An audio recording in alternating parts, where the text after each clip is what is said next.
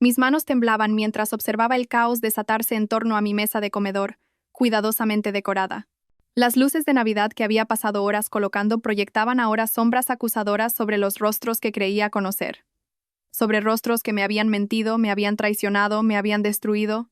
Tú lo sabías. La voz de mi marido se quebró. Su rostro perdió todo el color mientras miraba al hombre que estaba en el umbral de nuestra puerta, el hombre al que yo había invitado. El hombre cuya sola presencia estaba a punto de detonar una bomba que lo destruiría todo. Sonreí.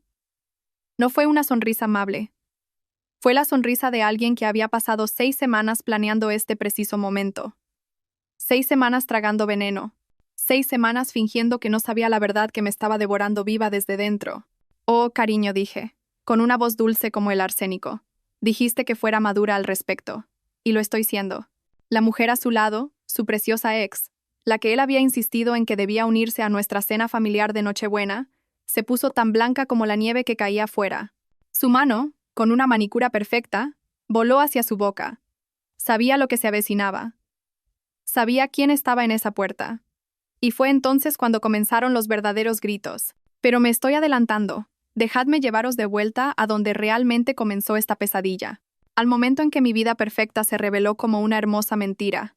A hace 3 meses, cuando todavía creía en los finales felices. Al día en que encontré el mensaje. Antes de continuar, por favor, escribid en los comentarios desde qué país estáis viendo este video. Nos encanta saber desde dónde se conecta nuestra familia global. Y si es vuestra primera vez en este canal, por favor suscribíos. Vuestro apoyo nos ayuda a traer aún más épicas historias de venganza de la vida real. Disfrutad de la escucha. 15 de octubre. Recuerdo la fecha porque era nuestro 7º aniversario de bodas. 7 años de matrimonio con Mateo Ortiz, el hombre al que había amado desde la universidad. El hombre que me había prometido un para siempre bajo un manto de estrellas en los lagos de Covadonga. El hombre que me había sostenido la mano durante 2 abortos espontáneos y había jurado que algún día tendríamos nuestra familia. 7 años y todavía sentía mariposas en el estómago cuando entraba por la puerta. Había pasado todo el día preparando nuestra cena de aniversario. Su plato favorito. Cordero asado con hierbas, patatas panaderas y espárragos trigueros. Me había comprado un vestido nuevo, de un verde esmeralda profundo, el color que él siempre decía que hacía que mis ojos parecieran de jade. Había encendido velas por todo nuestro chalet en las afueras de Madrid. Todo era perfecto, todo era una mentira. El móvil de Mateo vibró en la encimera de la cocina mientras él estaba en la ducha. Yo no era de las que fisgonean, nunca lo había sido, pero algo en la forma en que seguía vibrando una y otra vez, insistente y urgente, me revolvió el estómago. La pantalla se iluminó con las vistas previas de los mensajes de un contacto guardado como VS. No puedo dejar de pensar en el fin de semana pasado. ¿Cuándo puedo verte otra vez? ¿Se lo has dicho ya? Se me durmieron las manos. La botella de Rioja que sostenía se me resbaló, pero la atrapé antes de que cayera. Mi corazón martillaba contra mis costillas como si intentara escapar de mi pecho. Esto no podía ser lo que parecía. Tenía que haber una explicación. Desbloqueé su teléfono. Sabía su código de acceso. Era la fecha de nuestro aniversario. La ironía habría sido graciosa si no estuviera a punto de vomitar. Los mensajes se cargaron. Me desplacé hacia arriba, mis ojos escaneando palabras que se sentían como ácido en mi piel. Eco de menos tus manos sobre mí. Ella no te entiende como yo. Nuestro lugar es estar juntos. Siempre lo ha sido. Y las respuestas de Mateo. Lo sé. Estoy en ello. Ha estado tan frágil desde el segundo aborto. Necesito encontrar el momento adecuado. Solo ten paciencia. Eres a quien quiero. Siempre has sido tú. El teléfono se me cayó de las manos y resonó en la encimera. Me agarré al borde del granito para no derrumbarme. La habitación daba vueltas. Las velas que había encendido de repente parecían burlarse de mí, su alegre parpadeo una broma cruel. Volví a la lista de contactos. Verónica Sanz. Verónica, su exnovia de la universidad, con la que salió durante 3 años antes de conocernos. La que me dijo que seguían siendo amigos, pero que era algo completamente platónico. La que de vez en cuando le daba me gusta a sus publicaciones de Facebook, algo que siempre había considerado inofensivo. Revisé los mensajes. La conversación se remontaba a 6 meses atrás.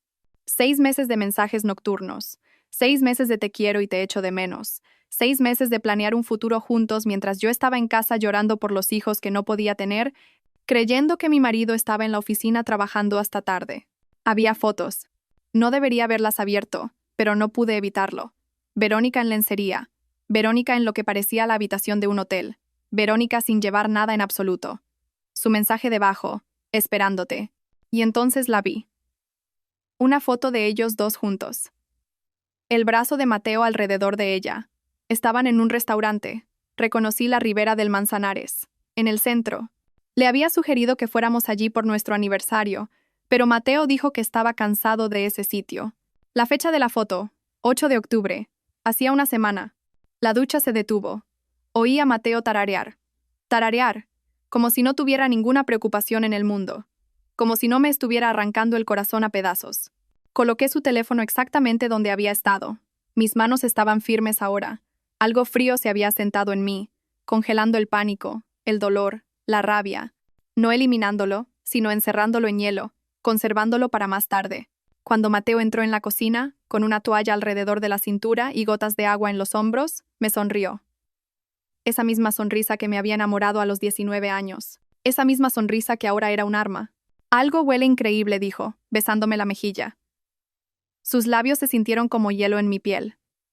Feliz aniversario, cariño. Le devolví la sonrisa. No sé cómo lo hice, pero sonreí. Feliz aniversario. Cenamos. Bebimos vino. Me regaló un collar, una simple cadena de oro con un colgante. Me pregunté si a Verónica le habría comprado algo más caro. Hicimos el amor esa noche y odié cada segundo. Odié sentir sus manos sobre mí. Manos que la habían tocado a ella. Odié las palabras de amor que susurró, palabras que no significaban nada. Pero no dejé que lo viera. Interpreté a la perfección el papel de esposa devota porque necesitaba tiempo para pensar, tiempo para planear, tiempo para decidir qué hacer con la información que me quemaba un agujero en el pecho. No me enfrenté a él, todavía no. En cambio, me convertí en alguien a quien no reconocía. Me convertí en una espía en mi propio matrimonio. Durante las 2 semanas siguientes, lo documenté todo. Creé una cuenta de correo electrónico secreta y me reenvié capturas de pantalla de sus conversaciones. Revisé los extractos de nuestra tarjeta de crédito y encontré cargos en hoteles, restaurantes, una joyería donde le compró a ella una pulsera que costó el doble de lo que había gastado en mi collar de aniversario. Contraté a un detective privado. Se llamaba Sergio, un ex inspector de policía con ojos amables y una voz suave que no podía ocultar del todo la lástima cuando le dije lo que necesitaba. Era caro, pero yo tenía mi propio dinero. Trabajaba como diseñadora gráfica desde casa y había estado ahorrando durante años. Sergio siguió a Mateo durante una semana. Las pruebas que recopiló fueron exhaustivas y devastadoras. Fotos de Mateo y Verónica quedando en hoteles. Videos de ellos besándose en aparcamientos.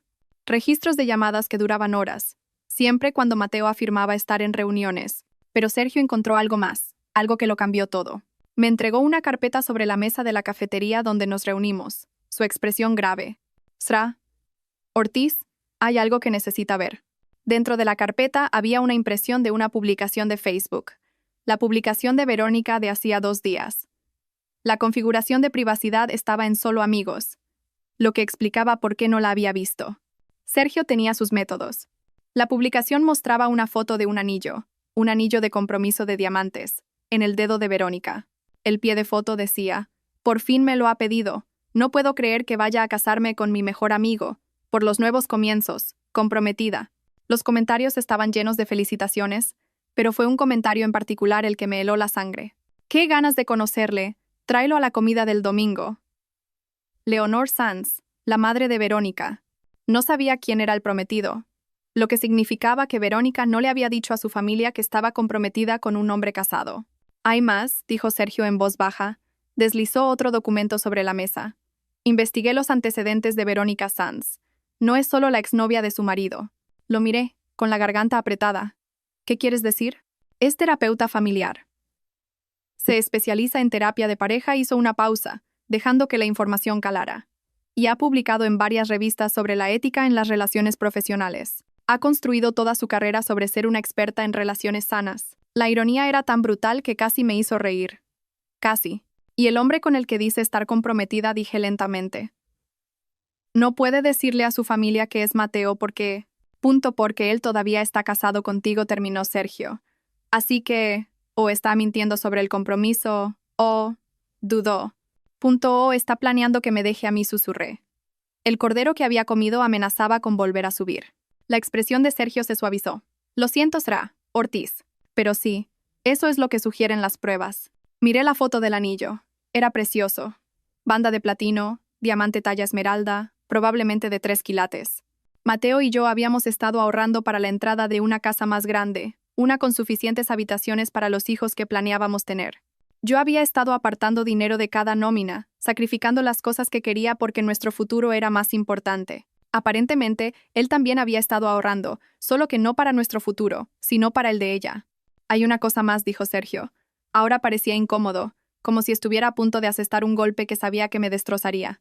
Rastreé sus movimientos durante los últimos 6 meses, los cotejé con el calendario que me proporcionaste. Sacó una línea de tiempo. Mis ojos recorrieron las fechas y entonces la vi. 15 de junio. El día de mi segundo aborto espontáneo. El día que estuve en el hospital con una hemorragia, aterrorizada de estar muriéndome. El día que Mateo dijo que tenía que irse unas horas por una emergencia en el trabajo. Sergio había rodeado esa fecha. Al lado, había una foto con fecha y hora. 2:47 p.m. Mateo y Verónica entrando en un hotel. Mientras yo estaba perdiendo a nuestro bebé, él estaba con ella. La cafetería se volvió borrosa. No podía respirar. Sergio estaba hablando. Su voz parecía lejana, preguntándome si estaba bien, si necesitaba agua. Pero todo lo que podía ver era esa fecha, 15 de junio, el peor día de mi vida, y él había elegido pasarlo con ella. Sra, Ortiz. La mano de Sergio estaba en mi brazo, suave pero firme. Respire, solo respire. Inhalé aire, una vez, 2 veces. El mundo volvió a enfocarse lentamente. Estoy bien, mentí. No estaba bien. Nunca volvería a estar bien. Pero ya había terminado de llorar, de romperme. Algo duro y afilado se estaba formando en mi pecho, ocupando el lugar de mi corazón destrozado. Gracias, Sergio dije, con voz firme. Esto es exactamente lo que necesitaba. Me estudió durante un largo momento. ¿Qué vas a hacer? Recogí los documentos, deslizándolos cuidadosamente de nuevo en la carpeta. Voy a buscar un abogado. Y entonces, hice una pausa. Una idea se estaba formando. Una idea terrible, perfecta. Entonces voy a esperar. ¿Esperar a qué? Sonreí y se sintió mal en mi cara, como si llevara la piel de otra persona. Al momento adecuado. 1 de noviembre. Mateo llegó a casa del trabajo con comida china a domicilio y una energía inusual. Estaba nervioso. Podía verlo en la forma en que jugueteaba con los recipientes, en la forma en que evitaba mi mirada. Nos sentamos a la mesa del comedor. Se aclaró la garganta 3 veces antes de hablar. Quería hablar contigo de algo, comenzó, removiendo sus fideos con el tenedor. Sobre la Navidad. Tomé un sorbo de agua, observándolo por encima del borde de mi vaso. ¿Qué pasa con la Navidad? Bueno, ya sabes que normalmente pasamos una Navidad tranquila. Solo nosotros y quizás tu hermana. Mi hermana Laura, que había planeado venir este año con su marido y sus 2 hijos, mi preciosa sobrina y mi sobrino a los que adoraba, que hacían que el dolor de mi propia falta de hijos fuera un poco más soportable. Sí, dije con cuidado. Mateo respiró hondo. Estaba pensando que podríamos hacer algo diferente este año. Abrir nuestra casa a más gente. Hacerlo más. Inclusivo. Inclusivo, repetí. La palabra sabía a ceniza. Me encontré con una vieja amiga de la universidad hace poco, continuó, y la mentira fue tan suave, tan practicada. Verónica Sanz. La recuerdas, ¿verdad? Te he hablado de ella antes. Oh, la recordaba. Tenía una carpeta entera dedicada a recordarla. Vagamente dije. Bueno, está pasando por un momento difícil. Toda su familia está en Asturias y no puede ir este año por trabajo. Va a estar sola en Navidad. Finalmente me miró, con ojos suplicantes. Pensé que sería bonito invitarla a que se uniera a nosotros. Ya sabes. Para repartir un poco de alegría navideña. La audacia, la absoluta y asombrosa audacia. Me estaba mirando como si yo fuera un problema a resolver, como si mi reacción fuera el obstáculo entre él y lo que quería. Y lo que quería era tenernos a las 2 en la misma mesa. Su esposa y su amante, partiendo el pan celebrando el nacimiento de Cristo. Podría haber gritado, podría haberle tirado la comida china a la cara, podría haber sacado la carpeta de pruebas y haberle visto retorcerse. Pero no lo hice, porque tenía una idea mejor, una idea que se había estado formando desde mi reunión con Sergio, una idea que requería que Mateo creyera que estaba consiguiendo exactamente lo que quería. Dejé mi vaso y junté las manos sobre la mesa. Claro. Mateo parpadeó. ¿Claro? Sí. Si va a estar sola en estas fiestas, por supuesto que debería unirse a nosotros. Ese es el espíritu de la Navidad, ¿no? Amabilidad, generosidad, Sonreí. Incluso, cocinaré algo especial. El alivio en su rostro fue palpable. Cruzó la mesa y apretó mi mano. Gracias, cielo. Gracias por ser tan comprensiva. Por esto te quiero. Tienes un corazón enorme. Le devolví el apretón. Mi sonrisa nunca flaqueó. Por supuesto, cariño. Quiero que seas feliz. Y lo decía en serio. Quería que fuera feliz, justo hasta el momento en que lo destruyera. Después de la cena, mientras Mateo veía la televisión, subí a nuestro despacho y abrí mi portátil.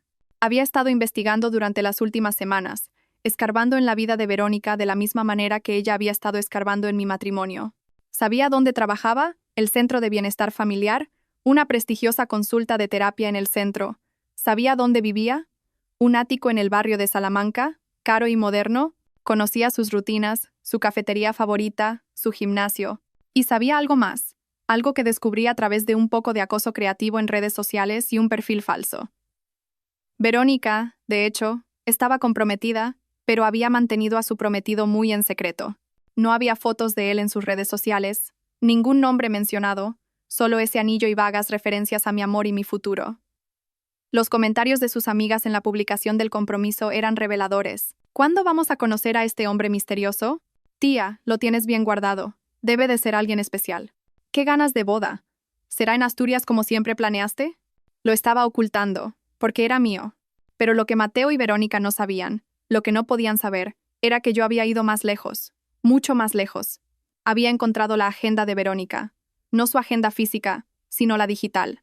La había sincronizado con el sistema de calendario de su web profesional, que tenía una seguridad de risa. Un par de conjeturas en las preguntas de seguridad. El apellido de soltera de su madre era de dominio público. El nombre de su primera mascota lo mencionó en una vieja publicación de un blog de la universidad. Y estaba dentro. Y allí, programado para el 15 de noviembre, había una cita. Cena con la familia. Presentar a... No, Mateo. No, a... Cotejé la fecha con sus correos electrónicos. Sí, también había entrado en ellos. Resulta que la gente que da lecciones sobre ética a menudo es terrible en ciberseguridad. El correo era de alguien llamado Álvaro Ramos. El asunto. Deseando conocer por fin a tu familia. Lo abrí, lo leí y lo volví a leer. Y entonces empecé a reír. Álvaro Ramos creía que él era el prometido de Verónica. Sus correos estaban llenos de amor y emoción por su futuro. Le había pedido matrimonio en agosto en los picos de Europa. Era cirujano pediátrico. Se había trasladado a Madrid hacía 6 meses desde Bilbao. No tenía ni idea de que la mujer que amaba se estaba acostando con otro. Verónica estaba jugando con los dos. Había aceptado la proposición de Álvaro. Había lucido el anillo que él le había dado. Había hecho planes para presentárselo a su familia. Y mientras tanto se acostaba con Mateo, le prometía un futuro a Mateo. Tocaba a Mateo como un violín. No pude entenderlo al principio. Pero luego miré las finanzas que Sergio me había proporcionado.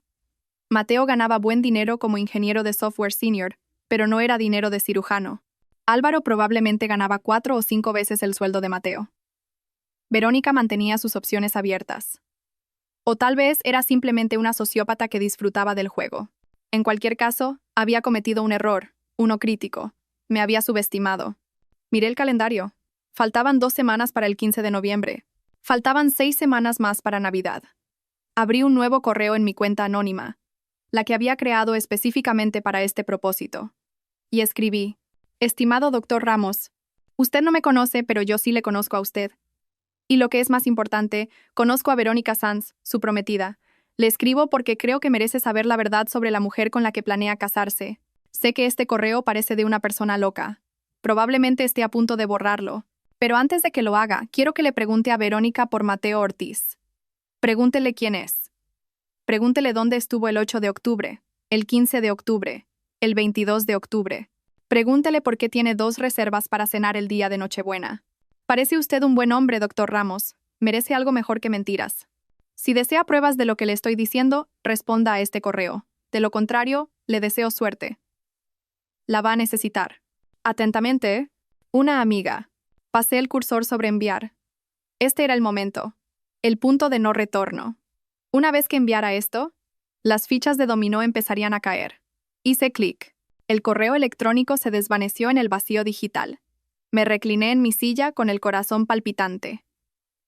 Fase 1 completada. Ahora solo tenía que esperar. Álvaro Ramos respondió en menos de 3 horas. ¿Quién es usted? ¿Cómo conoce a Verónica? ¿Qué pruebas tiene? Me había preparado para esto. Había pasado días preparándome para esto. Subí capturas de pantalla seleccionadas a un servicio seguro para compartir archivos. Nada demasiado explícito. No intentaba traumatizar al hombre, pero lo suficiente para mostrar la verdad. Mensajes de texto entre Mateo y Verónica con marcas de tiempo, fotos de ellos juntos, los recibos del hotel. Le envié el enlace con una sola línea. Lo siento, usted se merece algo mejor. No respondió de inmediato. Lo imaginé abriendo los archivos, su mundo desmoronándose como el mío hacía semanas. Sentí una punzada de culpa. Él era un inocente en todo esto, un daño colateral. Pero necesitaba saberlo. Y más que eso, yo necesitaba que él lo supiera, porque Álvaro Ramos era la pieza final de mi rompecabezas. 3 días después, otro correo. Me enfrenté a ella. Lo negó todo. Dijo que eres una exnovia mía loca que intenta causar problemas. Pero las fotos. No sé qué creer. ¿Quién eres? ¿Por qué haces esto? Había esperado la negación. Verónica era una manipuladora profesional. Por supuesto que intentaría hacerle luz de gas. Le respondí. No soy su exnovia. Soy la esposa de Mateo Ortiz. Compruebe el registro civil si no me cree. Mateo Ortiz y yo, casados hace 7 años en Madrid. Todavía legalmente casados, todavía viviendo juntos, todavía compartiendo cama. Verónica se acuesta con mi marido. Lo ha estado haciendo durante 6 meses. Y planea pasar la Nochebuena con nosotros. Conmigo. En mi casa. En mi mesa. Comiendo la comida que yo cocine. Usted y yo somos víctimas aquí, doctor Ramos. Ambos estamos siendo manipulados por las mismas 2 personas. Pero a diferencia de usted, no voy a quedarme de brazos cruzados y permitir que continúe. Mi marido ha invitado a Verónica a nuestra cena de Nochebuena. Me dijo que fuera madura al respecto. Cree que no lo sé. Cree que soy la ingenua esposa que sonreirá y servirá café a su amante.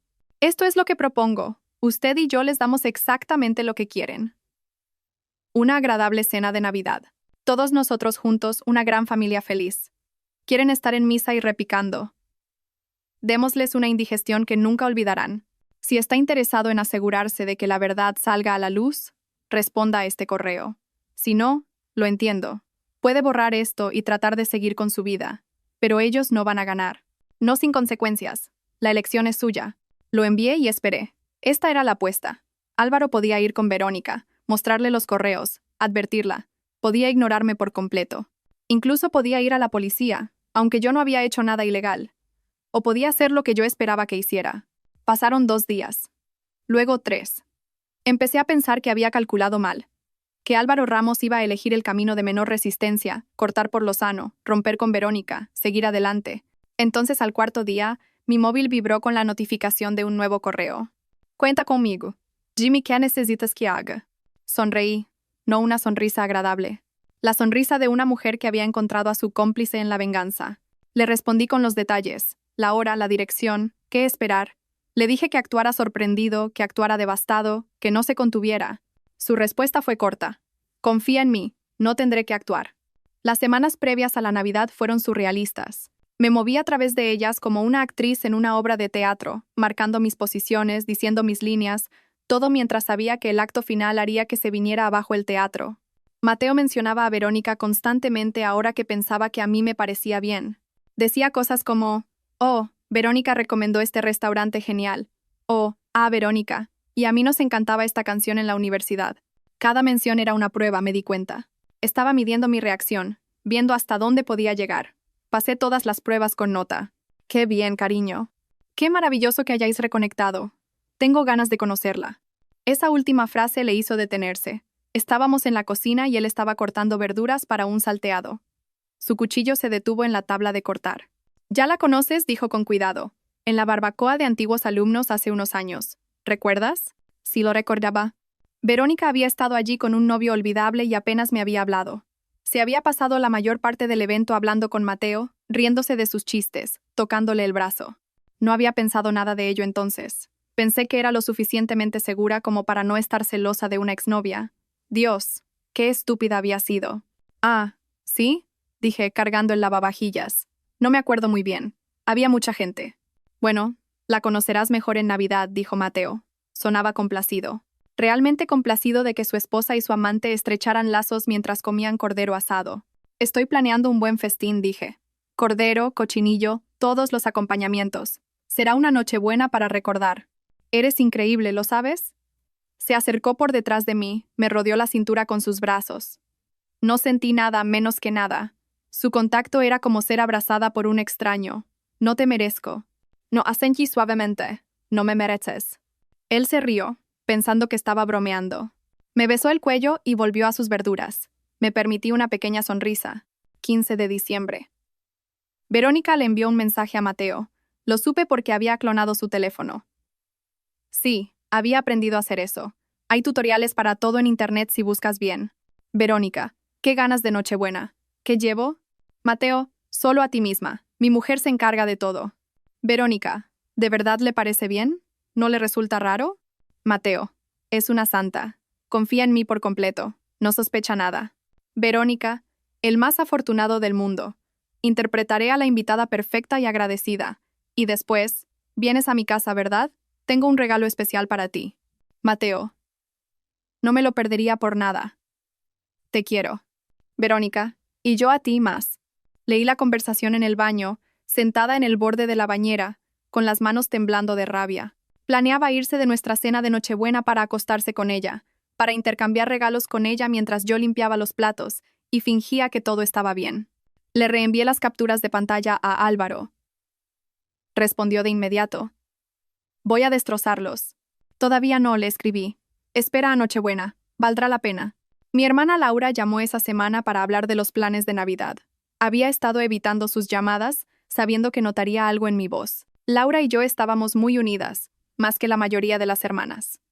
Había sido mi roca durante los abortos, la única persona que podía hacerme reír incluso en los días más oscuros. Hola, desaparecida, dijo cuando finalmente cogí el teléfono. Empezaba a pensar que te habías muerto. Lo siento, dije, forzando la alegría en mi voz. El trabajo ha sido una locura. Ya. ¿Y qué tal, Mateo? Está bien. Genial, de hecho. Ah, eres una mentirosa terrible. ¿Qué pasa? Cerré los ojos. Quería contárselo. Quería sollozar por teléfono y contarlo todo, pero no podía. Todavía no. Laura querría arreglarlo, enfrentarse a Mateo, protegerme, y eso lo arruinaría todo. No pasa nada, dije. Solo estoy estresada por las fiestas. De hecho, de eso quería hablarte. Cambio de planes para Nochebuena. Sonó decepcionada. ¿No vamos? No, sí que venís. Pero Mateo ha invitado a una vieja amiga de la universidad que iba a estar sola, así que seremos un grupo más grande de lo planeado. No hay problema, cuantos más mejor. ¿Quién es la amiga? Se llama Verónica. Es su exnovia, en realidad. Silencio. Luego. ¿Perdona qué? ¿Ha invitado a su exnovia a la cena de Nochebuena? No es así, dije rápidamente. Ahora son solo amigos. Está pasando por un mal momento. Estamos siendo caritativos. Ajá. ¿Y a ti te parece bien? Por supuesto. ¿Por qué no iba a parecerme bien? Porque eres un ser humano con emociones normales. La voz de Laura era cortante. Elena, esto es raro.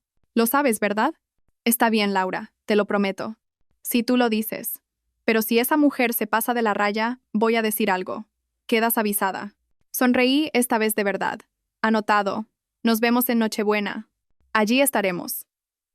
Y voy a vigilar a esa tal Verónica como un halcón. Después de colgar, me quedé sentada con el teléfono en la mano. La ira protectora de Laura en mi nombre había agrietado algo en el hielo que rodeaba mi corazón.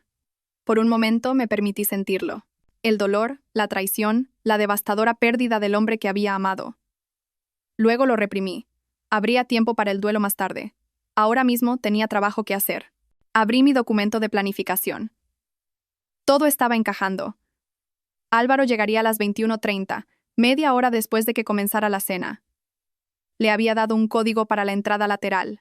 Nuestra casa tenía un sistema de cerradura inteligente que permitía códigos temporales. Entraría por su cuenta, siguiendo el sonido de las voces hasta el comedor. La expresión de sus caras no tendría precio, pero la revelación era solo el principio. Tenía más planeado, mucho más. Había contactado a una abogada, la mejor abogada de divorcios de Madrid, según su reputación. Se llamaba Victoria Puerta y tenía una tasa de éxito del 98% en conseguir para sus clientes exactamente lo que merecían. Nuestra consulta había sido esclarecedora. El adulterio no influye en la ley de divorcio en España como en otros sitios había explicado. España tiene un sistema de divorcio sin causa. Sin embargo, la infidelidad puede afectar a la pensión compensatoria. Y si puedes demostrar que usó bienes gananciales para la aventura, y estos recibos de hotel y joyería sugieren que lo hizo, podemos presentar un caso convincente para que recibas una parte mayor de los bienes matrimoniales. No quiero pensión, le dije. Tengo mis propios ingresos. Lo que quiero es la casa, y quiero que pague por lo que hizo. Victoria había sonreído. Me recordó a mi propia sonrisa de estos días, afilada y fría. Creo que podemos arreglar eso, especialmente si podemos demostrar daños morales. La aventura durante tu aborto espontáneo, por ejemplo. Un juez encontraría eso particularmente atroz. Había salido de su despacho con los honorarios pagados y los papeles del divorcio listos para ser presentados. Solo estaba esperando una cosa, la cena de Nochebuena, porque no solo quería un divorcio, quería testigos. Quería que todo el mundo supiera lo que Mateo y Verónica habían hecho. Quería que su vergüenza fuera pública y permanente. Victoria me había advertido. ¿Estás segura de este enfoque?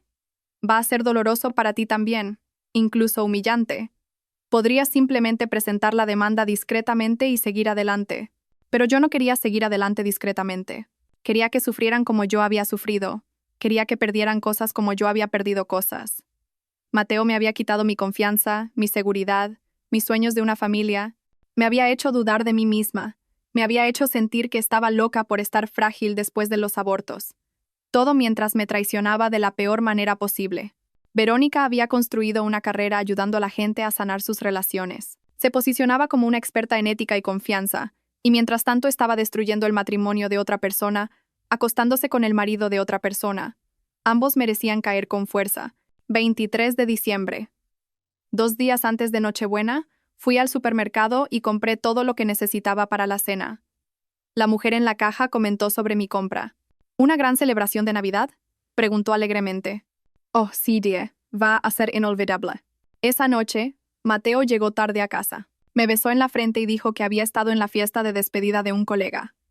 La mentira le salía tan fácilmente ahora. Revisé su teléfono más tarde. Había estado en el apartamento de Verónica. Habían tenido sexo, pedido comida tailandesa, intercambiado regalos de Navidad anticipados.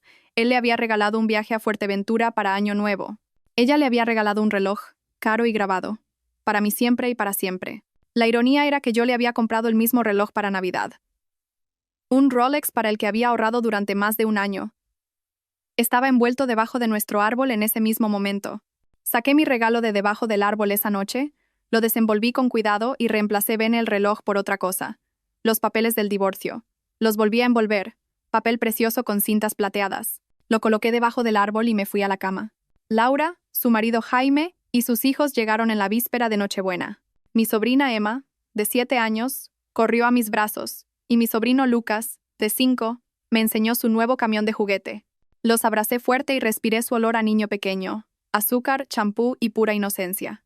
«Tita, ¿estás llorando?», preguntó Emma, tocándome la mejilla. «Lágrimas de alegría», le dije. «Estoy tan feliz de veros». Laura me observaba con ojos preocupados por encima de las cabezas de los niños. Me conocía demasiado bien. Pero no insistió. Solo ayudó a llevar sus maletas y a instalar a los niños en la habitación de invitados. Esa tarde tuvimos una cena tranquila, solo en familia. Mateo fue atento y dulce, el anfitrión perfecto. Bromeó con Jaime sobre fútbol. Jugó a los camiones con Lucas. Halagó el nuevo corte de pelo de Laura. Era tan bueno en esto, en fingir, en ser exactamente lo que cada persona necesitaba que fuera. Me hizo preguntarme si alguna vez lo había conocido de verdad. Después de que los niños se acostaran, los adultos nos sentamos en el salón con vino. Las luces del árbol de Navidad parpadeaban, bañándolo todo en un suave resplandor. Bing Crosby sonaba por los altavoces. Parecía una escena de una película navideña. «Bueno», dijo Laura, haciendo girar su vino. «Cuéntanos sobre esa tal Verónica que viene mañana». Mateo me miró. Le sonreí animándole. «Es una vieja amiga de la universidad», dijo. «Salimos durante un tiempo, pero eso fue hace mucho. Historia antigua. Está pasando por un mal momento ahora, asuntos familiares, y pensé que sería bonito incluirla». «Eso es muy generoso», dijo Jaime. «Así somos nosotros», dije, levantando mi copa. Generosos hasta la exageración. Mateo chocó su copa contra la mía, ajeno al filo de mi voz. Laura, sin embargo, lo captó. Sus ojos se entrecerraron ligeramente. «¿Y a ti te parece bien?», me preguntó directamente. «La ex de tu marido en la cena de Nochebuena». ¿Por qué no iba a parecerme bien?, pregunté. Estoy segura de mi matrimonio, ¿verdad, cariño? Absolutamente, dijo Mateo, rodeándome con su brazo. Me apoyé en él, interpretando mi papel, pero estaba contando las horas. Menos de 24 horas para la actuación de mi vida. Bueno, tengo ganas de conocerla, dijo Laura, y había algo en su voz. Una advertencia, quizás, o una promesa. Será. Interesante. Oh, dije suavemente. Definitivamente lo será. Esa noche, yacía en la cama junto a Mateo, escuchándole respirar. Se durmió fácilmente, como siempre. Sin culpa que lo atormentara. Sin conciencia que lo mantuviera despierto. Yo, por otro lado, miraba al techo. Pensé en todas las nochebuenas que habíamos pasado juntos. La primera en nuestro diminuto apartamento. Tan pobres que apenas podíamos permitirnos regalos, pero tan enamorados que no importaba. La de después del primer aborto, ambos de luto, abrazándonos y prometiendo que lo intentaríamos de nuevo. El año pasado, esperanzados de nuevo, hablando de cómo la próxima Navidad podríamos tener un bebé con quien celebrar. Todo había sido una mentira. O al menos se había convertido en una. Quizás me había amado una vez. De verdad. Pero en algún momento del camino, dejé de ser suficiente. No, eso no estaba bien. No se trataba de que yo no fuera suficiente. Se trataba de que él estaba roto. Era un egoísta. Mañana todo el mundo lo vería. Mañana la máscara se caería. Me di la vuelta y finalmente me dormí. Mis sueños estaban llenos de cristales rotos y vino tinto extendiéndose como sangre. Me desperté a las 6 de la mañana. La adrenalina recorría mis venas. Hoy era el día. Me duché, me vestí con cuidado. Elegí un vestido rojo, festivo, apropiado, pero también audaz. Pintura de guerra para la batalla que se avecinaba. Me maquillé con especial esmero. Si iba a reducir mi vida a cenizas, iba a tener buen aspecto mientras lo hacía. En la cocina, empecé a cocinar. El cordero en el horno, las patatas peladas y hirviendo, el pastel de judías verdes montado, el cochinillo glaseado y listo. Me movía a través de las tareas mecánicamente, la memoria muscular tomando el control mientras mi mente se adelantaba a la noche. Laura bajó sobre las 8, atraída por el olor a café y bollos de canela. Madrugas mucho, dijo, sirviéndose una taza. No podía dormir. Demasiado emocionada, dije, y no era del todo mentira. Me estudió por encima del borde de su taza. Me diría si algo fuera mal, ¿verdad? La miré a los ojos. Por supuesto. Pareces. Diferente. No sé cómo explicarlo, pero pareces. Como si estuvieras. Se interrumpió, buscando la palabra. ¿Como si estuviera qué? Como si estuvieras esperando algo. Inteligente, perceptiva Laura, siempre viendo demasiado. Solo estoy cansada, dije. Las fiestas son estresantes. No pareció convencida, pero en ese momento los niños bajaron las escaleras como una estampida, llenos de la energía de la mañana de Navidad, y el momento pasó. Abrimos los regalos. Emma recibió la muñeca que había estado pidiendo. Lucas. Un juego de trenes. Laura y Jaime intercambiaron regalos, sonriéndose con el afecto fácil de un matrimonio sólido, del tipo que yo creía tener. Mateo me regaló joyas, unos pendientes, delicados y caros. Me pregunté si los habría elegido él mismo o si Verónica le habría ayudado. Le di las gracias, le besé la mejilla y le entregué su regalo.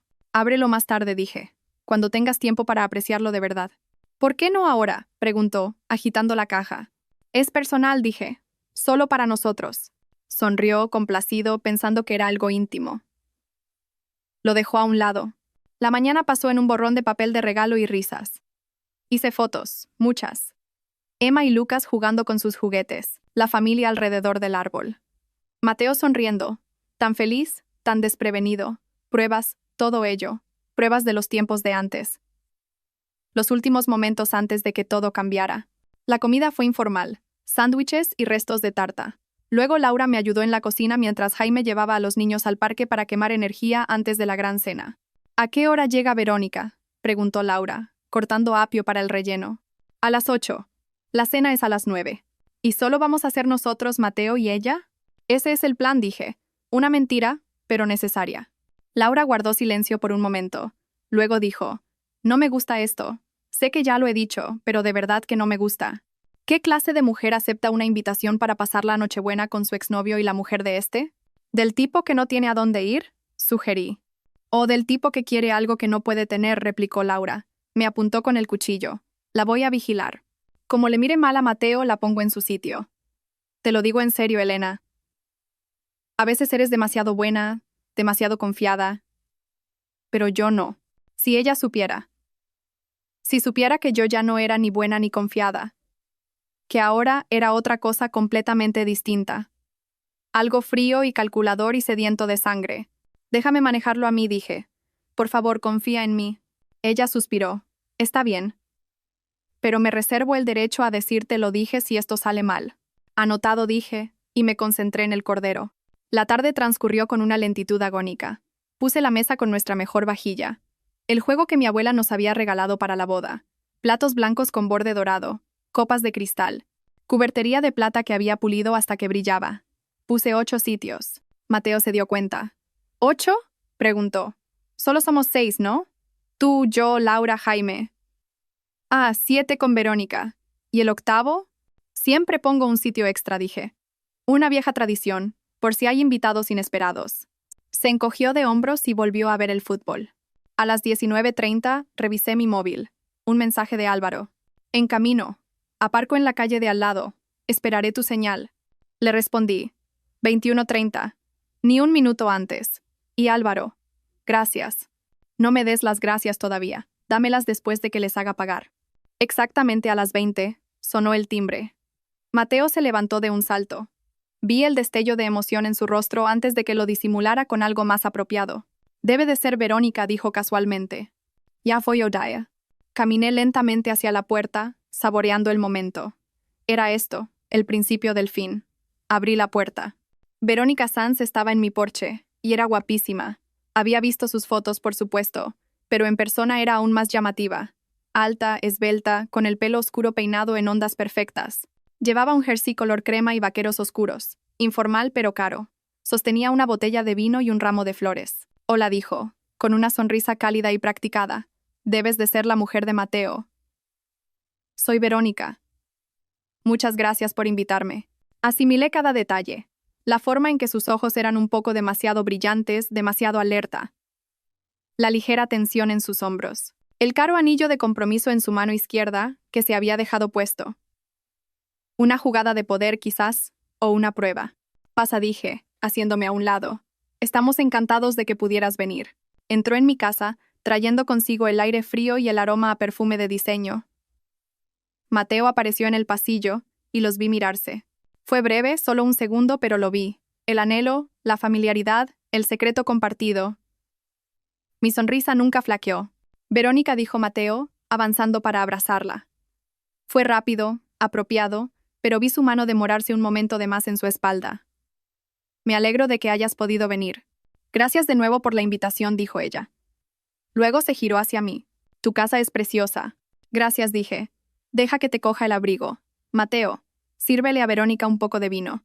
Colgué su abrigo en el armario cachemir caro, noté, y la conduje al salón donde Laura y Jaime lidiaban con los niños. Verónica, esta es mi hermana Laura, su marido Jaime, y sus hijos Emma y Lucas. Laura se levantó y vi cómo evaluaba a Verónica con ojo crítico.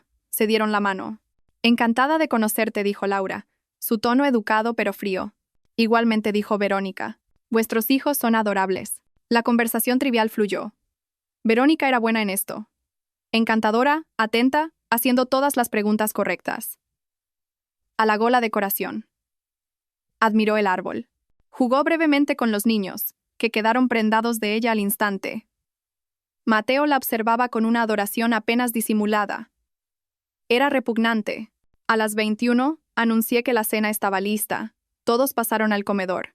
Había pasado horas dejándolo perfecto. Velas en candelabros de plata, un centro de mesa de vegetación. La comida dispuesta como un festín. Esto es increíble, dijo Verónica, tomando asiento. Mateo se había colocado a su lado, frente a mí. Laura estaba a mi derecha, sus ojos aún afilados y vigilantes. Servimos la comida, pasamos las fuentes, llenamos las copas de vino. Todo era tan civilizado, tan normal. Mateo levantó su copa. Me gustaría hacer un brindis. Por la familia, por los amigos y por el espíritu de la Navidad. Y por mi maravillosa esposa, que ha organizado todo esto.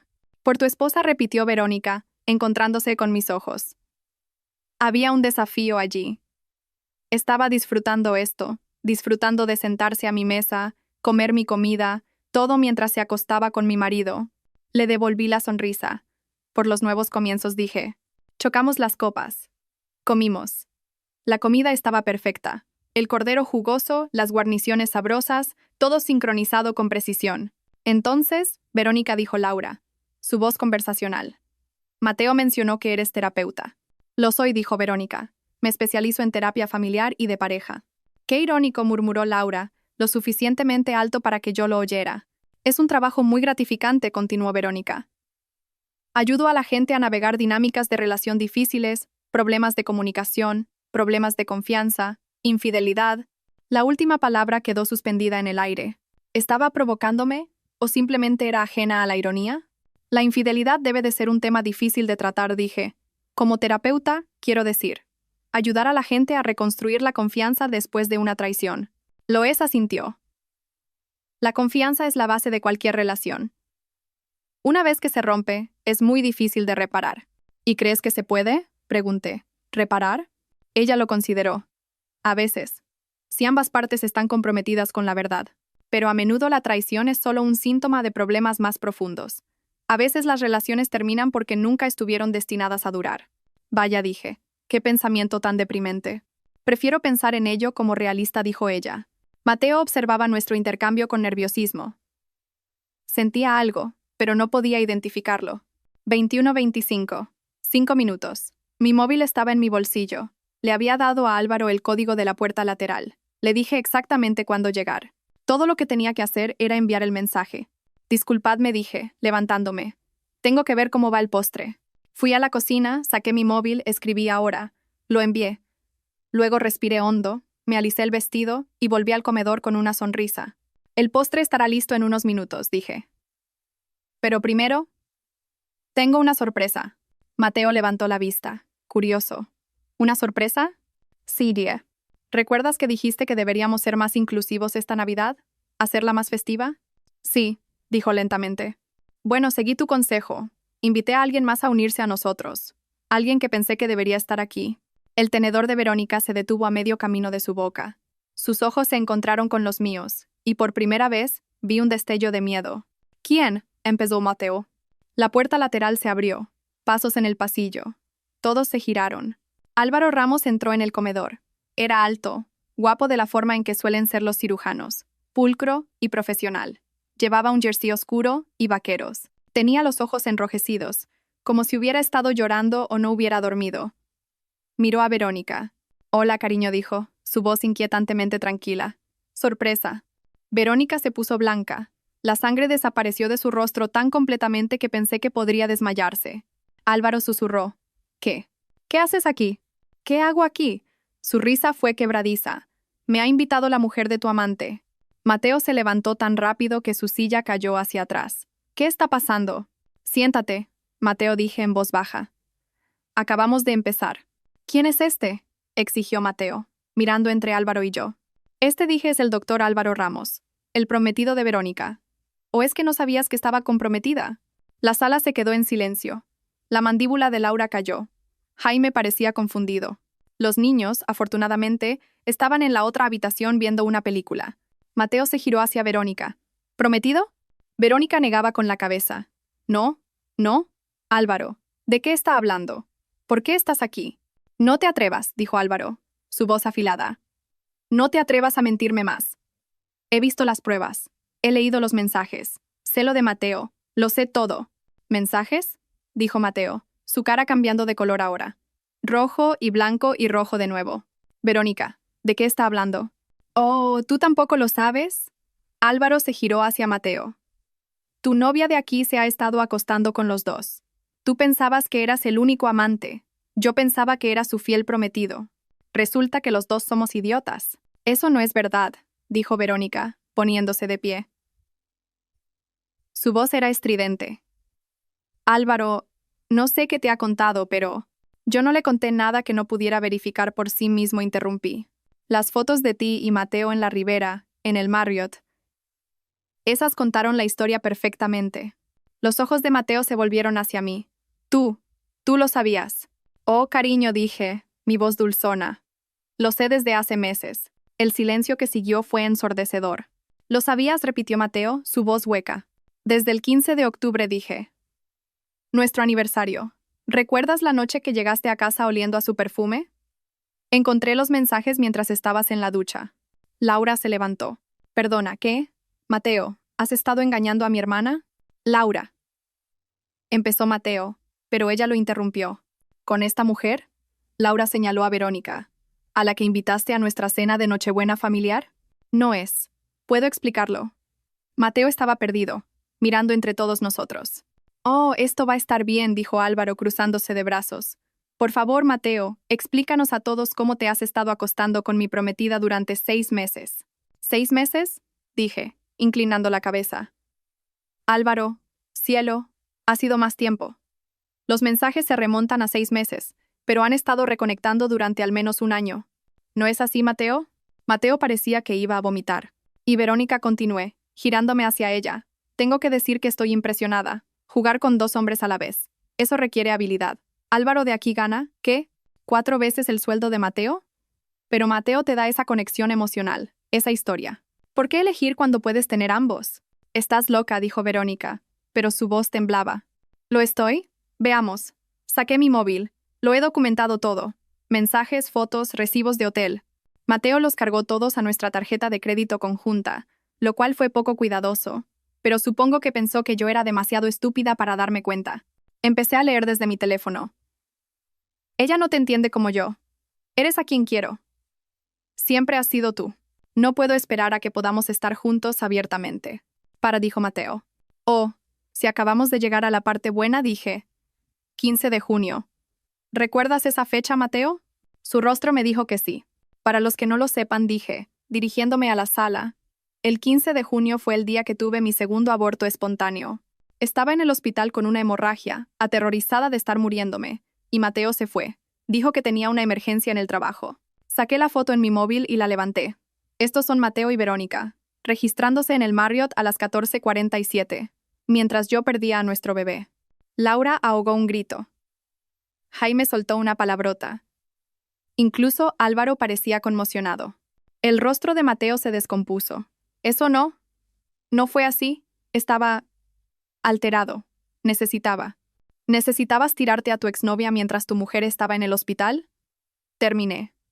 Dilo. Sé sincero por una vez en tu miserable vida. Dios mío, dijo Laura. Se movió a mi lado, su mano en mi hombro. Mateo me miró. Me miró de verdad, y vi el momento en que se dio cuenta de que ya no me conocía. ¿Por qué? Preguntó.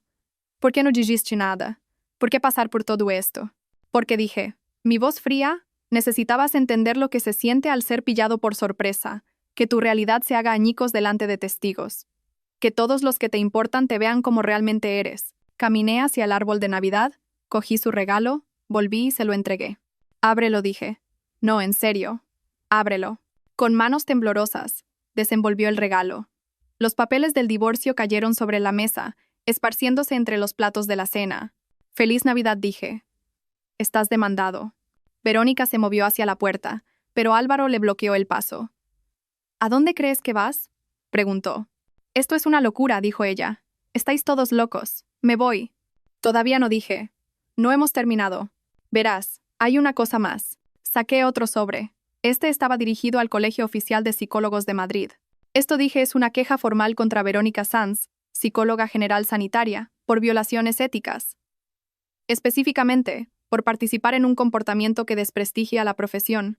He documentado tu aventura con Mateo, incluyendo fechas, horas y lugares. También he incluido testimonios sobre cómo usaste tus conocimientos profesionales para manipularle, cómo le aconsejaste que ocultara la relación a su frágil esposa.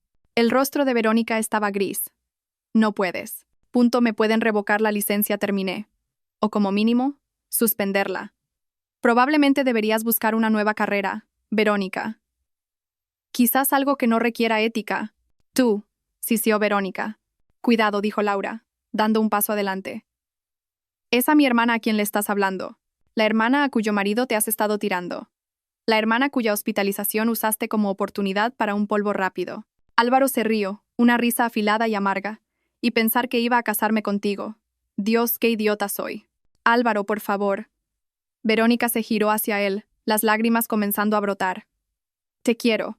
Él no significa nada para mí. Fue un error. No, dijo Álvaro levantando una mano. Simplemente no.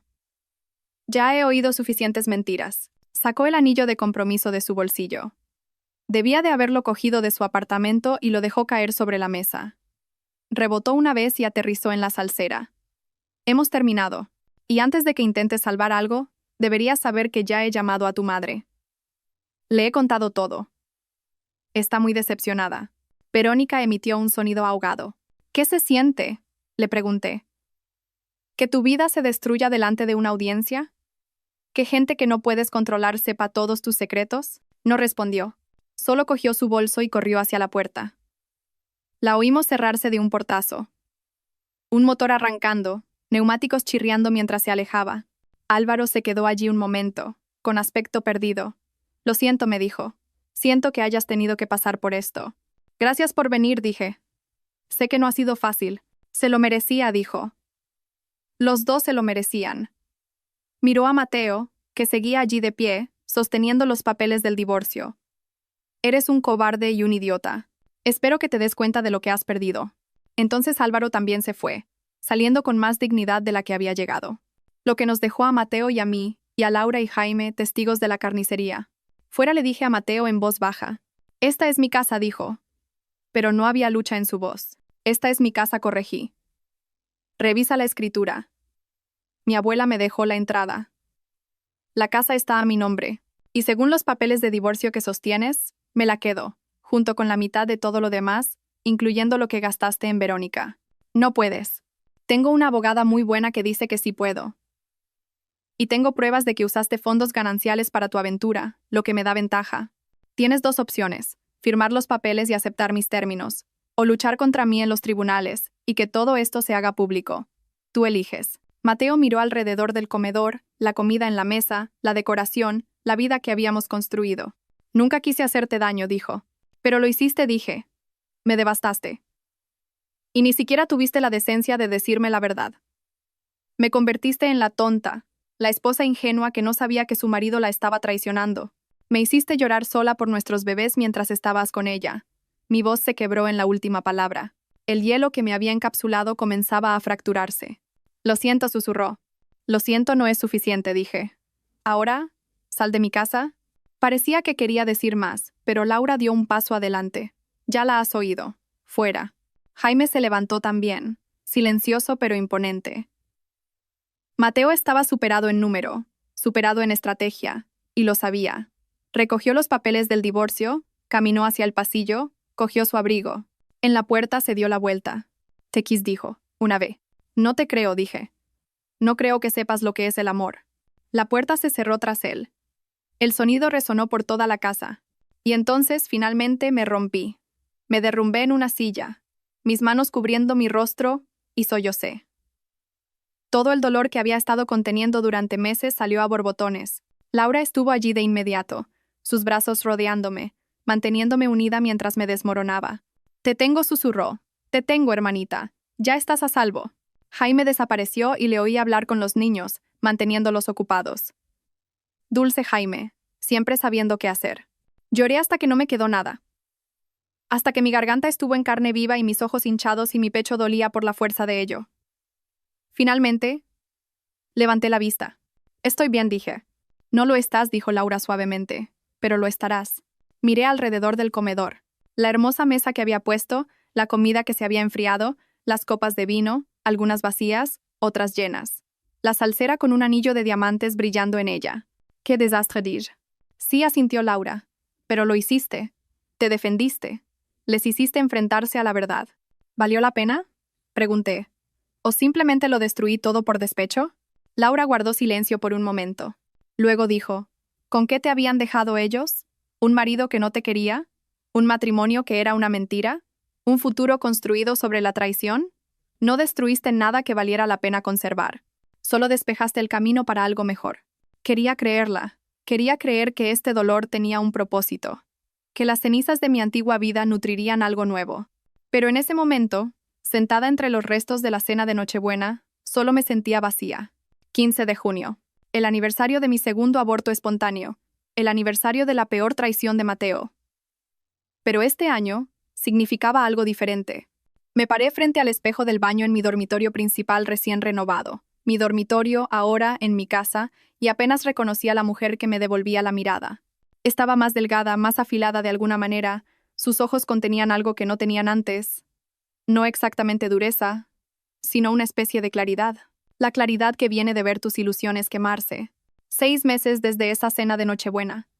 6 meses desde que detoné mi vida y vi las piezas esparcirse. Las secuelas habían sido brutales. Mateo había firmado los papeles del divorcio en una semana. Realmente no tenía opción. Victoria Puerta había sido implacable. Había catalogado cada cargo de hotel, cada cena, cada joya que le había comprado a Verónica con nuestro dinero. Al final, Mateo se fue con su coche, su ropa y alrededor del 30% de nuestros bienes. Yo me quedé con la casa, los ahorros y mi dignidad. Intentó disculparse un par de veces en esas primeras semanas. Largos correos electrónicos que borré sin leer, mensajes de voz que eliminé. Apareció en casa una vez y llamé a la policía. Después de eso, toda comunicación pasó por los abogados. Me enteré por amigos comunes que había intentado reconciliarse con Verónica después de que todo explotara. Aparentemente, se presentó en su apartamento con flores y disculpas, hablando de cómo finalmente podrían estar juntos ahora que todo estaba a la vista. Ella le había cerrado la puerta en la cara, porque Verónica tenía sus propios problemas.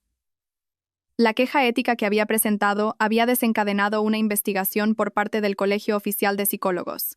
Descubrieron que había estado llevando a cabo sesiones de terapia mientras mantenía activamente una aventura con un hombre casado, una clara violación de los estándares éticos que había jurado defender. Su licencia había sido suspendida por 2 años, y se le exigió someterse a su propia terapia y formación en ética antes de poder volver a solicitarla. Su consulta se había hundido. El Centro de Bienestar Familiar había rescindido su contrato de inmediato. No podían permitirse el escándalo. Su reputación profesional, construida durante una década, fue destruida en cuestión de semanas. Se había ido de Madrid. Oí que se había mudado de vuelta a Asturias, con el rabo entre las piernas, a vivir con su madre, la mujer que se había sentido tan decepcionada al saber que su hija era una mentirosa y una rompehogares. Álvaro se había puesto en contacto conmigo una vez, aproximadamente un mes después de Navidad. Nos reunimos para tomar un café. 2 soldados heridos comparando cicatrices. Sigo queriendo odiarte, había dicho, removiendo su espresso, por arrastrarme a esa pesadilla. Pero no puedo. Me salvaste de cometer el mayor error de mi vida. ¿Cómo estás? ¿Y tú? Le había preguntado. Se había encogido de hombros. Algunos días son mejores que otros. La amaba, o amaba a quien pensaba que era. Resulta que esa persona nunca existió. Había entendido eso completamente. ¿Y tú? Me había preguntado. ¿Te arrepientes de algo? Lo había pensado. Realmente lo había pensado. No dije finalmente. Me arrepiento del matrimonio. Me arrepiento de haber malgastado 7 años en alguien que no me merecía. Pero la cena, la exposición, necesitaban enfrentar las consecuencias. La gente así solo se detiene cuando alguien los obliga. Álvaro había asentido. Por si sirve de algo, creo que eres increíblemente valiente. ¿Valiente o loca? Quizás ambas cosas. La mejor gente suele serlo. Nos habíamos despedido como amigos, o al menos aliados, unidos por la experiencia compartida de ser traicionados por las mismas personas. Ahora, 6 meses después, todavía estaba recogiendo los pedazos, pero también estaba construyendo algo nuevo. La casa era diferente ahora. La había redecorado, exorcizando la presencia de Mateo habitación por habitación. El dormitorio que habíamos compartido era ahora un santuario de grises y azules suaves, con muebles nuevos y ropa de cama nueva que él nunca había tocado. Su despacho se había convertido en mi estudio de arte. Había empezado a pintar de nuevo, algo que había abandonado hacía años, porque Mateo siempre necesitaba el espacio para su equipo de videojuegos. Había dejado de aceptar trabajos de diseño gráfico freelance y había fundado mi propia agencia de diseño.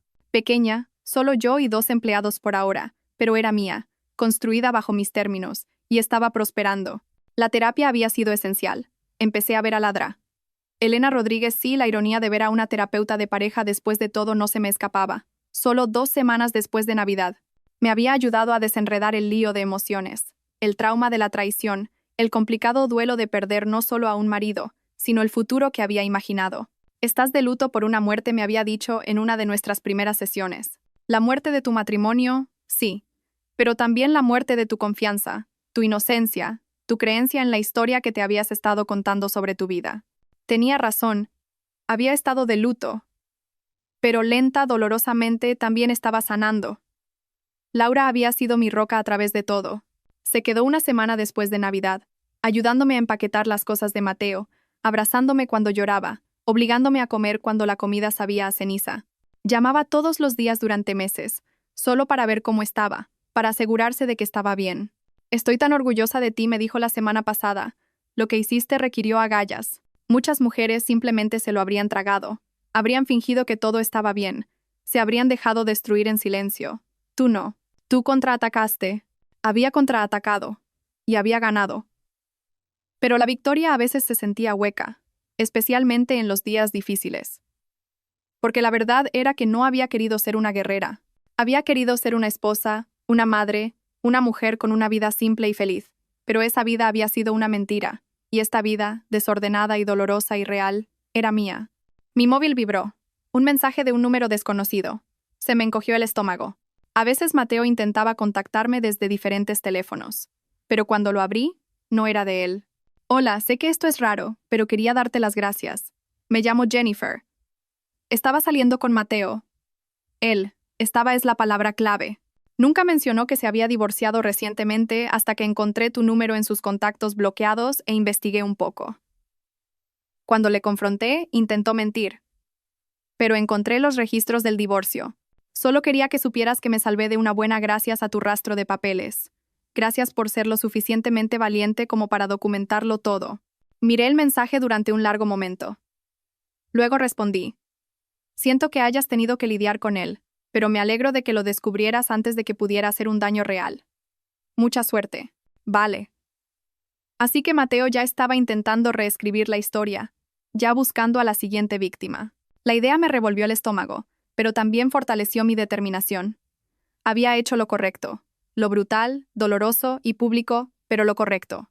Porque si me hubiera divorciado en silencio, si hubiera guardado sus secretos, él se habría ido con su reputación intacta.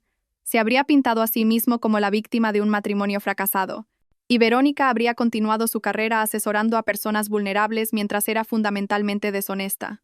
En cambio, ambos habían enfrentado consecuencias reales. No una justicia perfecta, la vida rara vez la ofrece, pero sí un ajuste de cuentas.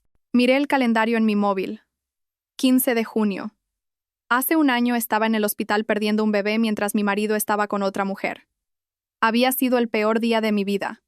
Pero lo había sobrevivido. Lo había sobrevivido todo. Me vestí poniéndome ropa de correr. Había empezado a correr en febrero, necesitando una salida para la rabia y el dolor que todavía surgían inesperadamente. Ahora corría 8 kilómetros cada mañana, forzando mi cuerpo hasta que mi mente se quedaba en silencio.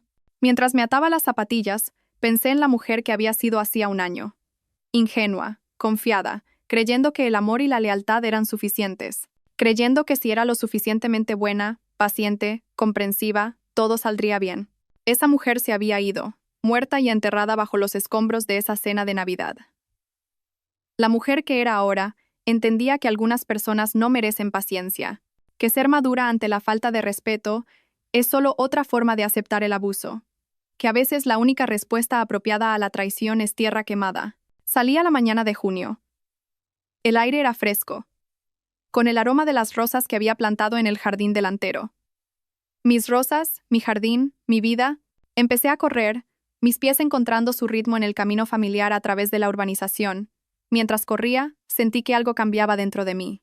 No exactamente perdón, aún no había llegado a eso, quizás nunca lo haga, pero algo parecido a la aceptación.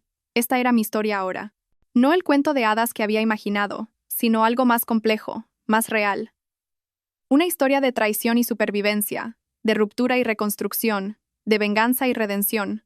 Y a diferencia de la historia que Mateo y Verónica habían intentado escribir, donde yo interpretaba a la tonta, al obstáculo, a la mujer demasiado rota para darse cuenta de lo que estaba pasando bajo sus narices, esta historia era mía. Yo había tomado el control de la narrativa. Yo había escrito el final. O quizás no el final. Quizás solo el final de un capítulo y el comienzo de otro. Mi móvil vibró de nuevo. Otro mensaje, esta vez de Laura. No te olvides de la cena esta noche en nuestra casa. Jaime hace barbacoa. Los niños echan de menos a su tita Cañera. Sonreí. Tita Cañera. Me gustaba cómo sonaba eso. Respondí. No me lo pierdo. Llevo vino. Laura, que sea del bueno. Celebramos. Yo. ¿Celebrar qué? Laura. 6 meses de divorciada. 6 meses de no aguantar tonterías. 6 meses de ser la mujer fuerte e independiente que siempre supe que eras. Las lágrimas me asomaron a los ojos, pero eran lágrimas buenas, lágrimas de gratitud. Corrí más rápido, esforzándome más, sintiendo mi corazón latir con fuerza y mis pulmones arder, sintiéndome viva de una manera que no lo había estado en años. Porque eso es lo que tiene la traición. Puede destruirte, sí. Puede reducirte a la nada, dejarte cuestionando todo lo que creías saber sobre ti y el mundo. Pero también puede forjarte en algo más fuerte, algo irrompible. Mateo había pensado que yo era frágil. Había usado mi dolor, mi vulnerabilidad, mi confianza como armas contra mí. Me había subestimado por completo. Su error. Doblé la esquina de vuelta hacia mi casa, disminuyendo la velocidad para enfriarme. Un coche estaba aparcado enfrente. Un sedán plateado que no reconocí. Mi guardia se levantó de inmediato.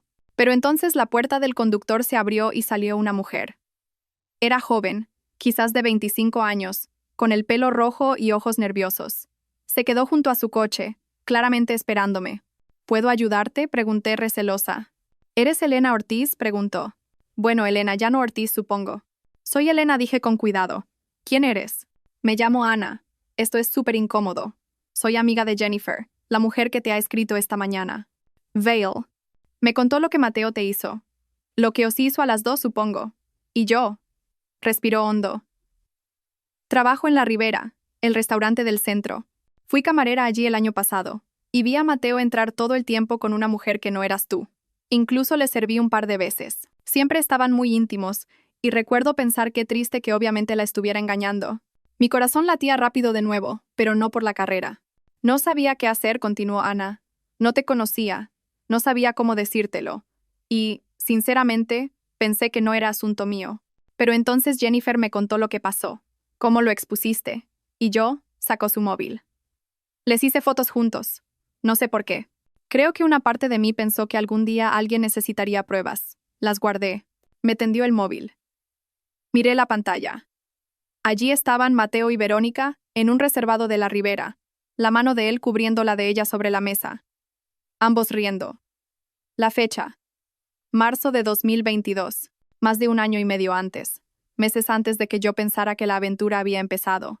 Hay más, dijo Ana en voz baja, de diferentes fechas. Te las puedo enviar si quieres. Solo pensé que deberías saberlo por si intenta afirmar que solo fueron 6 meses, o que no fue serio, o cualquier mentira que esté contando ahora. Miré a esta joven, a esta extraña que había guardado este secreto durante más de un año, y ahora me lo ofrecía como un regalo. Gracias, dije, con la voz ronca. ¿Puedes enviármelas por correo electrónico? Lo hizo allí mismo, en la calle. Mi móvil vibró repetidamente a medida que llegaban las imágenes. Evidencia, prueba, munición. Si Mateo alguna vez intentaba impugnar el acuerdo de divorcio o reescribir la historia, ¿por qué haces esto?, pregunté. Ana se encogió de hombros. Porque los hombres como él se salen con la suya. Mienten, engañan y pasan a la siguiente mujer, y nadie les pide cuentas. Pero tú lo hiciste. Le pediste cuentas. Y quería ayudar a asegurarme de que no pueda escabullirse. Volvió a su coche, pero antes de irse, bajó la ventanilla. Eres una especie de leyenda, ¿sabes? Lo que hiciste en Navidad. Jennifer me contó toda la historia. Se está extendiendo. Mujeres hablando con mujeres, advirtiéndose unas a otras. Probablemente le has ahorrado mucho dolor a mucha gente. Luego se fue, dejándome en la acera con mi móvil lleno de pruebas y mi corazón lleno de algo que se parecía casi a la esperanza. Entré, me duché y me senté frente a mi portátil. Abrí un nuevo documento y miré la página en blanco. Durante meses, la gente me había estado preguntando si iba a escribir sobre lo que pasó. Amigos, mi terapeuta, incluso un agente literario que de alguna manera había oído la historia de segunda mano y pensó que daría para un buen libro. Siempre había dicho que no. Era demasiado doloroso, demasiado personal, demasiado crudo. Pero allí en la calle, al oír a Ana llamarme leyenda, al oír que mi historia se compartía, que ayudaba a otras mujeres, quizás era el momento. Empecé a escribir.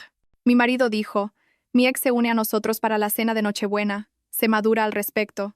Asentí, por supuesto.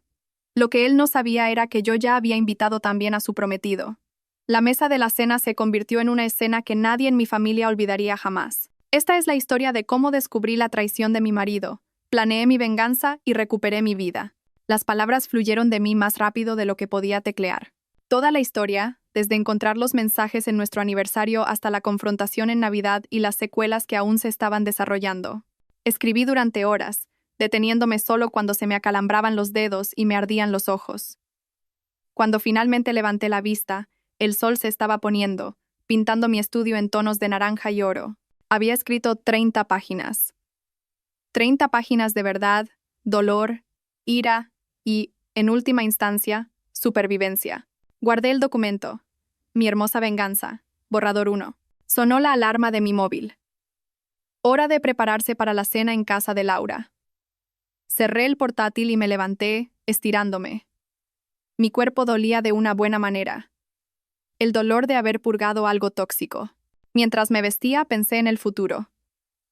El futuro real, no la fantasía a la que me había aferrado en mi matrimonio. Todavía no sabía cómo sería ese futuro. Quizás terminaría el libro. Quizás conocería a alguien nuevo algún día, alguien que realmente mereciera mi confianza. Quizás me quedaría soltera y construiría un imperio, y me convertiría en la tía excéntrica que malcriaba a los hijos de Laura. Lo único que sabía era que sería honesto. Mi vida. Cogí mis llaves y la botella de vino caro que había comprado para esta noche. Una celebración, de hecho, y me dirigí a la puerta. Al cerrar, eché un vistazo a la casa, mi santuario, mi nuevo comienzo. En el porche, me detuve, respiré hondo y sonreí. No era la sonrisa de la mujer que había sido suave, confiada e ingenua. Era la sonrisa de la mujer en la que me había convertido, afilada, fuerte e irrompible. La sonrisa de una mujer que había sido traicionada, que se había desmoronado, que se había arrastrado por el infierno y que había salido por el otro lado forjada en fuego. Subí a mi coche y conduje hacia la casa de mi hermana, hacia las risas y la familia y el amor que era real y verdadero. El sol se puso detrás de mí, y por delante el cielo ya se estaba oscureciendo, las estrellas comenzando a emerger. Detrás de mí, el pasado. Por delante, lo desconocido. Y por primera vez en un año no le tenía miedo. Estaba lista.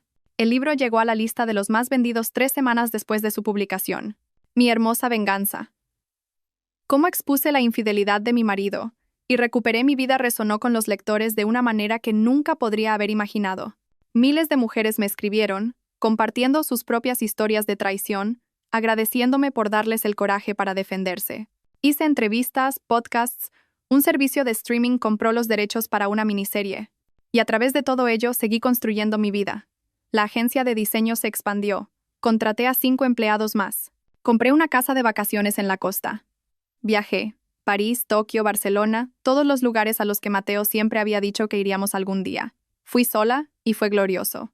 Mateo intentó demandarme por difamación cuando salió el libro. Su abogado envió una carta de cese y desistimiento, alegando que había dañado su reputación. Victoria Puerta se rió cuando le mostré la carta. Todo en el libro es verdad y está documentado, dijo. La verdad es una defensa absoluta. Que demande. Lo enterraremos. No demandó. La carta era una fanfarronada. Un último intento desesperado de controlar la narrativa. No pudo. La verdad estaba ahí fuera, y me había liberado. En cuanto a Verónica, oí que se había mudado a un pequeño pueblo de Asturias y trabajaba como recepcionista en una clínica dental. Su licencia de terapeuta había sido revocada permanentemente después de que saliera a la luz una segunda violación ética. Aparentemente, no era la primera familia que había ayudado a destruir. No me regodé en su caída. Había tenido mi venganza. Había dejado claro mi punto. Después de eso, era solo una historia con moraleja, un recordatorio de que las acciones tienen consecuencias. Álvaro se puso en contacto cuando salió el libro. Lo había leído y quería agradecerme por cambiar su nombre y ser justa con él en el relato. Podrías haberme hecho parecer un idiota, escribió, pero me trataste con respeto. Te lo agradezco. Nos habíamos hecho amigos de verdad durante el año, unidos por nuestra experiencia compartida y nuestra curación mutua. Había empezado a salir con alguien nuevo, una enfermera de su hospital, amable y genuina, y nada parecida a Verónica. Parecían felices. Y yo. Me paré en mi estudio, mirando el lienzo frente a mí. Había empezado a pintar de nuevo. A pintar de verdad. No solo a hacer pinitos. Esta obra era abstracta, todo rojos y negros y líneas blancas afiladas. Dolor y rabia y supervivencia, todo arremolinado. Sonó mi móvil. Laura. Hola, hermanita, dijo cuando contesté. ¿Qué haces esta Navidad? Navidad. La palabra ya no dolía. No me hacía pensar en copas de vino rotas y confrontaciones y el fin de todo. Ahora solo significaba familia. Familia de verdad. Lo mismo que el año pasado dije. Cena pequeña. Vosotros, yo, quizás algunos amigos. Perfecto. Los niños ya están preguntando si vas a hacer esa tarta de chocolate otra vez. Obviamente. Charlamos unos minutos más, haciendo planes, riendo de nada. Una conversación de hermanas normal y hermosa. Después de colgar, miré por la ventana la nieve que empezaba a caer. Diciembre en Madrid, la ciudad transformándose en algo limpio, blanco y nuevo. Hace un año, había reducido mi vida a cenizas en una mesa de Nochebuena. Destruí mi matrimonio, expuse a 2 mentirosos y caminé a través del fuego para llegar a la verdad. Y ahora, un año después, estaba de pie entre las cenizas, mirando lo que había construido de las ruinas. Era hermoso, no la belleza de la inocencia o la ingenuidad.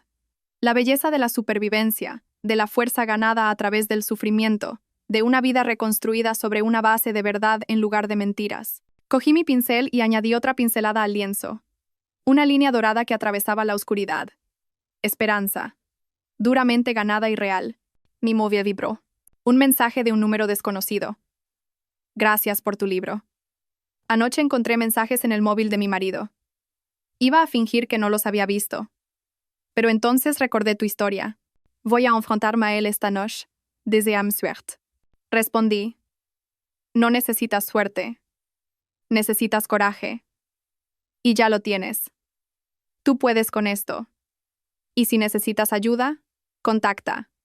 No estás sola. Porque eso es lo que tenía sobrevivir a una traición. Te conectaba con todas las demás personas que habían recorrido ese camino. Creaba una red de guerreras. Todas nosotras con cicatrices, pero de pie.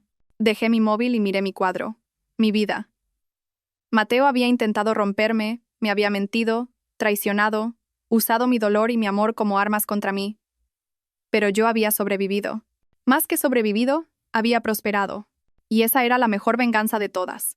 No la confrontación en Navidad, por satisfactoria que fuera. No el acuerdo de divorcio, por justo que fuera. Ni siquiera el libro, por exitoso que fuera. La mejor venganza era esta. Vivir bien. Ser feliz. Construir algo real y hermoso de los restos de lo que él destruyó. Estaba completa de nuevo. Diferente antes. Con cicatrices. Pero más fuerte, más sabia, más valiente. Y lo había hecho yo misma. Sonreí. Esa sonrisa que ahora era mía, ganada y real. Y volví a mi lienzo. Tenía trabajo que hacer. Una vida que vivir. Un futuro que crear. Y esta vez la historia la escribía yo. No más mentiras hermosas. Solo la verdad hermosa, brutal y honesta. Y era suficiente. Era más que suficiente. Lo era todo.